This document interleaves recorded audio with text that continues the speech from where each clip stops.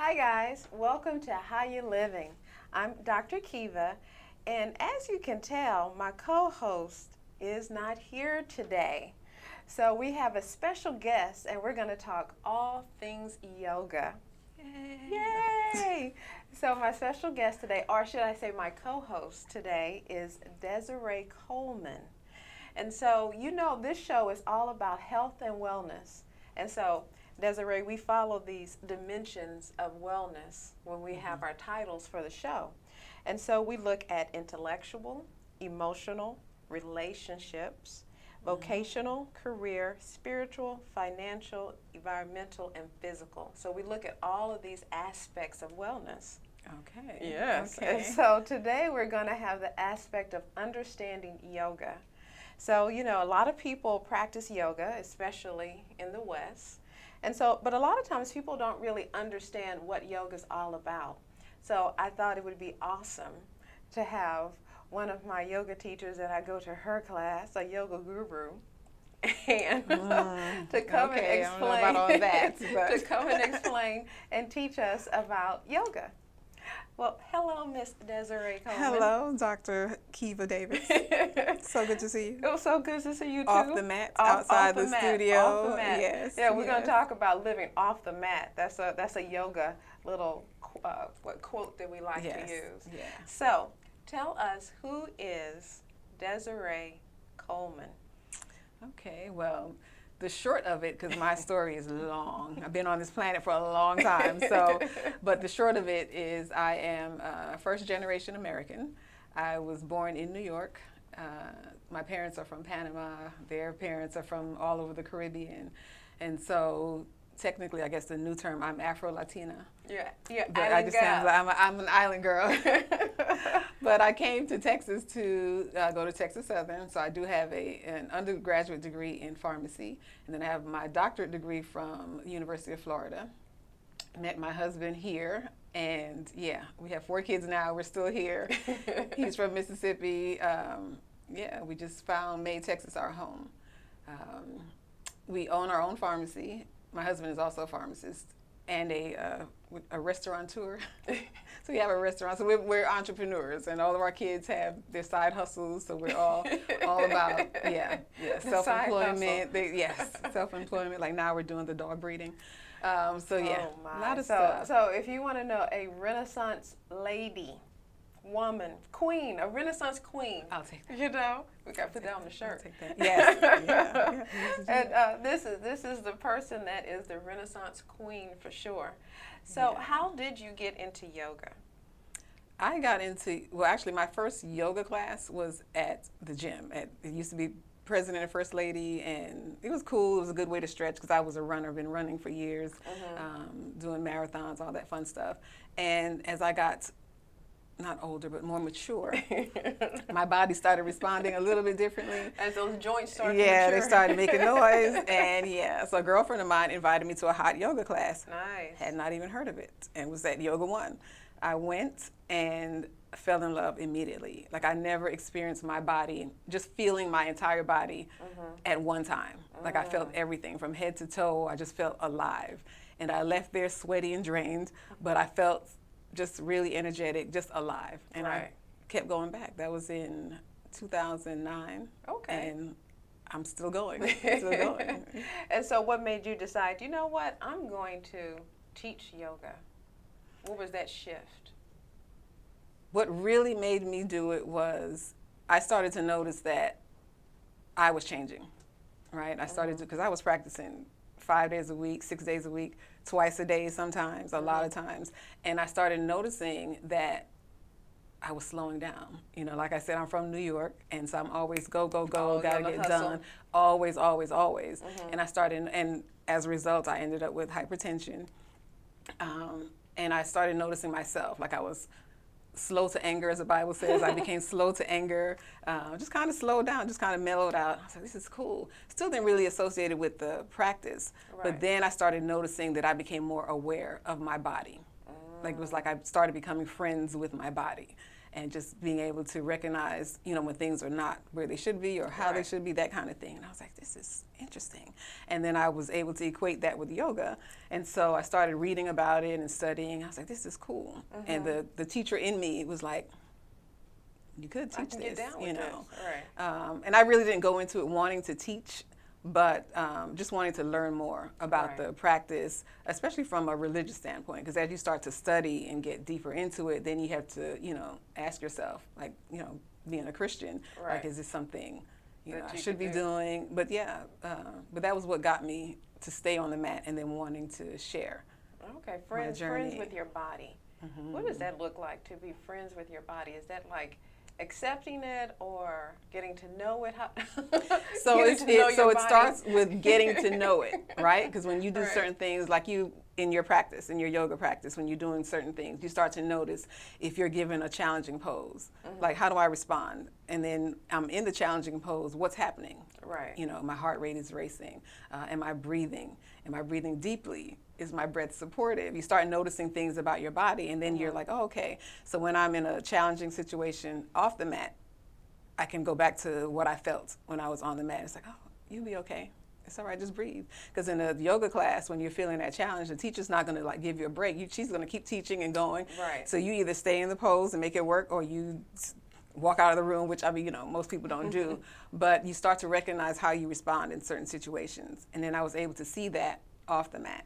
And so once I started getting curious about the body, and of course, being a health professional, I know about the physical body, but there's so much more to us than the physical body.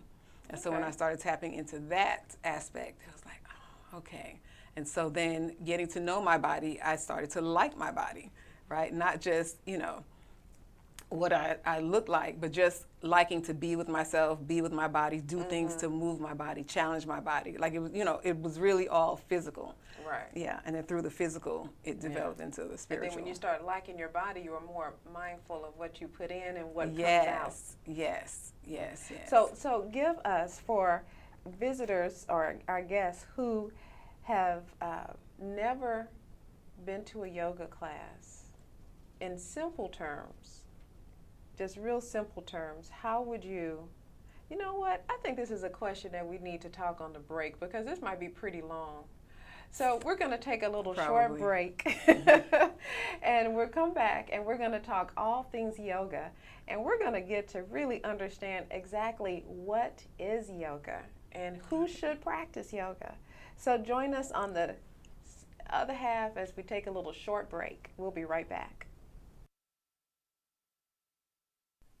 Hey guys, it's Ashley from You Endure, and today I'm highlighting You Endure's Wellness Organic Herbal Tea. Now, it was developed to support women dealing with menopause symptoms, but then we learned that it works just as great for PMS. The all-organic ingredients deliver relief for a laundry list of symptoms like anxiety, insomnia, hot flashes, irritability, and many more. Plus, it's so delicious. It is so good. You really don't need any sweetener. If you're curious, contact You Endure for a free sample. And remember, when you make sustainable choices, you endure.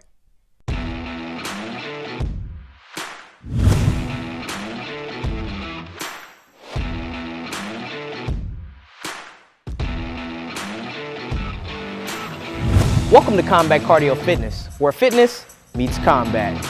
Our program is for all ages because our mission is simple: have fun and get in the best shape of your life. Come enjoy high-intensity workouts while building character, discipline, and also skill. While our name is Combat, our focus is fundamentals, from beginner techniques to also expert-level combinations. We offer a wide range of classes to get you results. Sign up today for a free 3-day pass and experience Combat Cardio Fitness.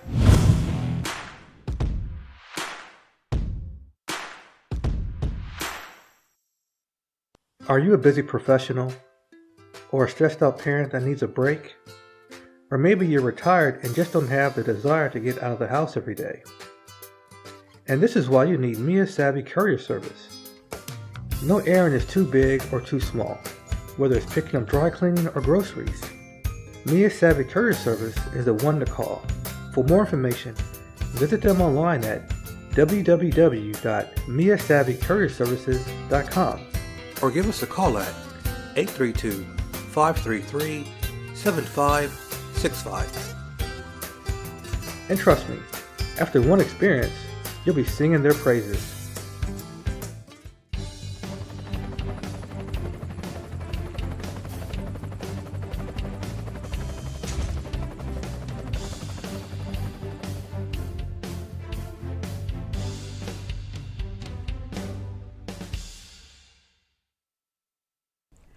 And welcome back to How You Living. I'm Dr. Kiva with my co-host and fellow yoga teacher, Desiree Coleman. And she's going to tell you guys exactly what is yoga. What is yoga? In simple terms, where the goats can get it. Okay. And I kind of have to say what is yoga for me because I'm hearing a whole lot of things out there as far as what yoga is. So most of us know, we all heard about yoga. Everybody knows about yoga. It's everywhere now. Yoga in itself, the word yoga means to yoke or join, unite. What are we joining, right? And so yoga philosophy teaches that yoga is the bringing together of, or really the threading together of mind, body, and spirit. Right. So we are all triune beings. We're all our mind, body, and a spirit, right? Not just one aspect. A lot of people choose yoga or go to yoga for the physical aspect, but there's so much more to that. But it's a good entry. It's Very. a good entry. So for a beginner, yeah. Because that's how I started. I went because I wanted to, well, I really just wanted to do something new and thought it was cool, moving my body in that way. And so yoga itself is really we've adopted it as a physical practice. But it's more than just a physical practice. So you would say it's a mind, body, and spirit practice, but you enter into a studio with a physical practice. Yeah, for most people. So how does it, or even in the physical, how does it affect you in the physical? What are the benefits physically for your yoga practice? Well, what stands out to me first is flexibility, because as I mature, as I said earlier, as I mature and get better, it's really important to be flexible, right? We all have seen that commercial, I fall and I can't get up. Exactly. And so I don't want to be that person. I know most of you don't want to be that person either, right? And She needs some balance poses. She did, exactly. So just being able to move your body and have better control of your body is one of the biggest benefits physically. Yeah, because especially if you're rigid in your body physically, how can you be open mentally, you know? So I mean, so what are your thoughts on meditation when it comes to the physical or the spiritual for yoga? Is that a big component, meditation? So in yoga, because again, when we talk about yoga here, we're talking about asana. Asana is the physical part of yoga. But for those of us who have been studying yoga and for a while, we have found out or we've learned that it's not just a physical, right? And so yoga, meditation is one of the parts of yoga. It's just a part of what we do. There's breath work. That's all part of it. So it's not just moving your body in these fancy poses. It does incorporate meditation. On a physical level, meditation can be challenging because you kind of have to sit still for an extended period of time. And most people either physically are not able to or just mentally can't sit still long enough, just to really experience the benefits of yoga. Why do you think people can't sit still? I mean, in today's world where we're moving so much, what is it about the mind that causes people to not be able to sit? Well, it's the false belief that we have to keep going, right? Like I said, I'm from New York, and so it's just you just have that mentality. Like I don't even take naps. I'm training myself now to take naps, like to just stop. Like on a Saturday, I have nothing to do. I'll find something to do instead of just going to sit down. Sit down somewhere. That sometimes and feel guilty about it. Yes. You're like, I need to be doing something. Why am I sitting here? Yeah. So the culture that we live in, it really created the mentality that you have to always be going. You have to be productive. You have to be moving, right? But those of us who practice yoga know that to be productive, you move less. Right, so it's part of our training, and then as you do it, you start to realize the benefits of sitting still, right? I think sometimes when people sit still, it's like because the mind is a puppy and it's just running around and it's not being trained, You know, you don't want, you get too caught up in those thoughts. Yeah, and I like how you said the mind is being trained, because when you do start to practice meditation, because it's also a practice, you start to learn that you're not really trying to stop your mind. And Right. actually, when you look at the definition of yoga in the sutras, it's the cessation of the fluctuations of your mind. But it's not that you're stopping the thoughts, because you can't stop the thoughts. Right. But you learn how to sit with the thoughts and not be moved by the thoughts. Uh-oh, you said a word that Uh-oh. people don't know. Uh-oh. What's a sutra? Oh, the sutra. You didn't know where I was going. So, okay. So a sutra. What are the sutras? Okay. Well, first of all, sutra itself it also means threading, like bringing together. Okay, I can see and that, the like a sutra. sutras, yeah. And so the sutras were developed out of Hinduism. And I don't want to say anything about religion, because then it takes us down the rabbit hole. But don't worry, we will go down that rabbit hole. Yeah. But the sutras were born out of a need for people to understand Hinduism in its bigger, just Hinduism itself. So Hinduism, we know, has been around for thousands upon thousands of years, older than Christianity. And the Hindu texts are enormous. A lot of it is not written down, a lot of it is verbally passed down, but there's so much information. And so the sutras were born out of Patanjali. He's a seeker, but he's what would you call him? A guru. He was the father of yoga. The father of modern yoga.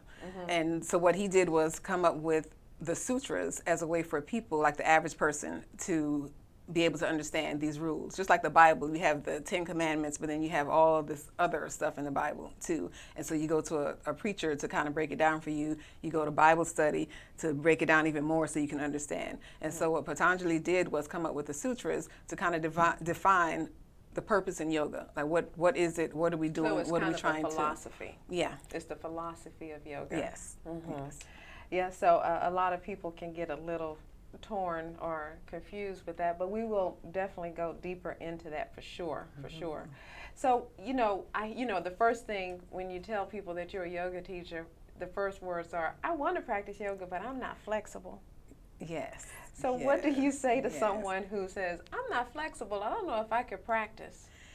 So I always say you practice yoga so that you become flexible. You don't already come there, right? Michael Jordan didn't go to the court and just say, I'm going to be the best, whatever, three-point shooter in the world or whatever. He had to learn how to do it, right? He had to get the basketball and go on the court and, mess up, fall on his face, miss many shots before he was comfortable in his practice, his practice of basketball. Same thing in yoga, right? You come so that you can learn. So you don't come already ready doing handstands and and don't be intimidated if you see that. Right. So yoga, there's different types, because you'll go when people are like, well, I only practice the hot yoga, I only practice the power yoga. So how does one know what yoga to practice, and what are the different types of yoga? Well, knowing what to practice, I would start by just, we're in the age of YouTube and you're right, Google, right? I would just Google yoga and just see what piques your interest. You could also, if you're adventurous, just go visit a studio, right? Most people that are in the studio are knowledgeable about yoga, so they can answer your questions. And so everybody's going to start in a different place. Like I teach yin yoga, and I have students who've never done any form of yoga before. What is yin yoga? Since you mentioned that, people might go, what is yin? Okay, so because you talked about different types of yoga. So yin yoga is it's so hard to not say words that we haven't talked about yet, but it is a form of hatha yoga that is very slow. It's very beginner friendly. And the objective in yin yoga is to tap more into not just your musculature, but your connective tissue. So it's a very slow practice. Most of the poses, 99% of the poses are done on your mat, so you're not standing. There's no up and down. So it would be good for someone who's older also. Yes. Yeah, because you yes. don't have to, and especially people, we're in a culture where people do have high blood pressure, and sometimes going up and down too fast can make them a little dizzy. Right. So if they feel dizzy already, that would be a good practice for them also. Yes, yeah. And for an older person, I probably would start with restorative yoga, another type of yoga. So far we've heard yin and restorative. Yes. So what's the difference between the two? Because I know they use a lot of props. They use bolsters and blankets, and so you feel supported while you lay on the floor. Is that for both practices? Not really. Okay. And there are a lot of teachers out there who are teaching them interchangeably, and they're really not. They're really not the same. Okay. The only thing that's really the same is the fact that you stay on your mat a lot. There's not the up and down, and you hold the poses for an extended period of time, right? So like in a regular hatha, the vinyasa flow class, you may hold the pose for 5 breaths. Yeah. Well, in yin and restorative yoga, you may hold the pose for 2 or 3 minutes, Okay. or even longer, Yeah. right? The more you've been practicing.